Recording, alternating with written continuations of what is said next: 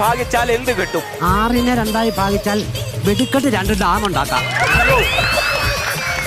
എന്തിനു പഠിക്കാൻ വരുവാടാ നേരത്തെ? വെടിക്കെട്ട് 2 ഡാം.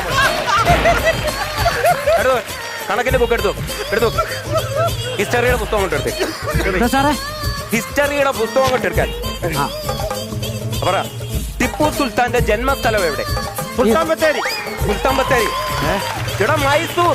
അത് പറഞ്ഞു പറഞ്ഞ സുൽത്താൻ ബത്തേരി ഹോസ്പിറ്റലും ഇല്ലാത്ത മോസ്റ്റ് മോഡേൺ മെഡിക്കൽ എക്യുപ്മെന്റ്സ് ഇവിടെ ഉള്ളത്.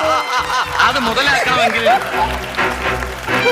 പോർച്ചുഗീസുകാർ ഇന്ത്യയിൽ ജീപ്പില് അത് മുതലാക്കണമെങ്കിൽ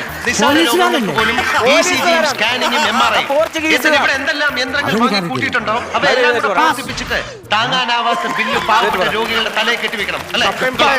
ആതുര സേവനം കപ്പയും കൊണ്ട്